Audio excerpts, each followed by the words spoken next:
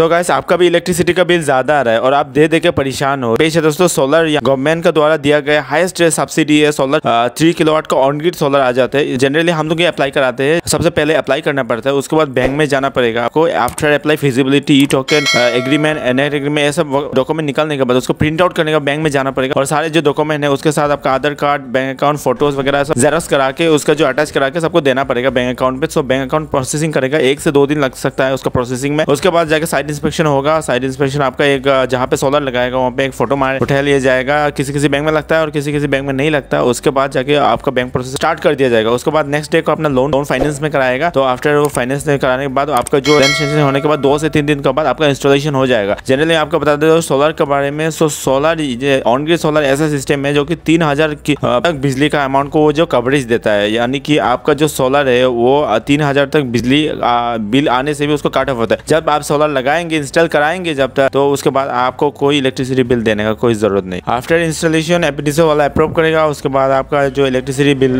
जो है बिल्कुल देने का वहाँ पे जरूरत नहीं। जो सोलर जनरेट करेगा उसी से आपको काम चलाएगा। जो कि ऑन ग्रिड सोलर है उसका मतलब है आपको फ्रिज, एसी, इन्वर्टर, आपका घर का जो कि व्हीकल चार्जिंग सब कुछ करा सकता है। बिल्कुल पूरी हाई वोल्टेज के साथ ये पावर देता है और एसी भी चला सकता है। सो इसमें कोई दिक्कत नहीं है। 3 किलोवाट का इतना तक रेंज आपको कवर दे देता है। आपको अगर आफ्टर ऑल 1,30,000 सब्सिडी है उसका, तो सब्सिडी को आपको फायदा उठाना है। जो कि सोलर का टोटल प्राइस है 1,80,000। तो उसमें से 1,30,000 है उसका सब्सिडी में आ जाएगा, तो बाकी 50,000 रिमेनिंग होगा तो उसका ईएमआई में चला जाएगा। ठीक है, तो ईएमआई में आफ्टर ईएमआई कंप्लीट होने के बाद जो कि वो सोलर अपना हो जाएगा, आपका हो जाएगा। तो सोलर उसके बाद आप खुद अपने घर में चला सकते हो। और यही बात बहुत सारे लोगों का क्वेश्चन यही रहता है कि उसके बाद कोई वगैरह खराब हो गया, डैमेज हो गया। ऐसा कुछ नहीं है गाइस। सोलर अगर कोई भी खराब डैमेज होता है तो गाइस कभी बारिश के दौरान, कभी तूफान के दौरान, तो कंपनी उसको पूरा जो पैनल है वो रिप्लेस करा के देता है और उसका बहुत सारा वारंटी है, 25 साल तो वारंटी है। आपको कोई डरने का जरूरत नहीं, आप उसको बिल्कुल आप निश्चिंत होकर दे सकते हैं। सरकार के द्वारा दिए गए जो सब्सिडी है उसका भरपूर फायदा उठाने का आप ट्राई करो कि पूरा 70% सरकार दे ही दे रहा है। और बाकी आप जो सोलर है बिल्कुल जानकारी के लिए मैं और भी कुछ जानकारी और करना जानकारी है तो मुझे कमेंट करना। तो गाइस सोलर का कुछ इस तरह से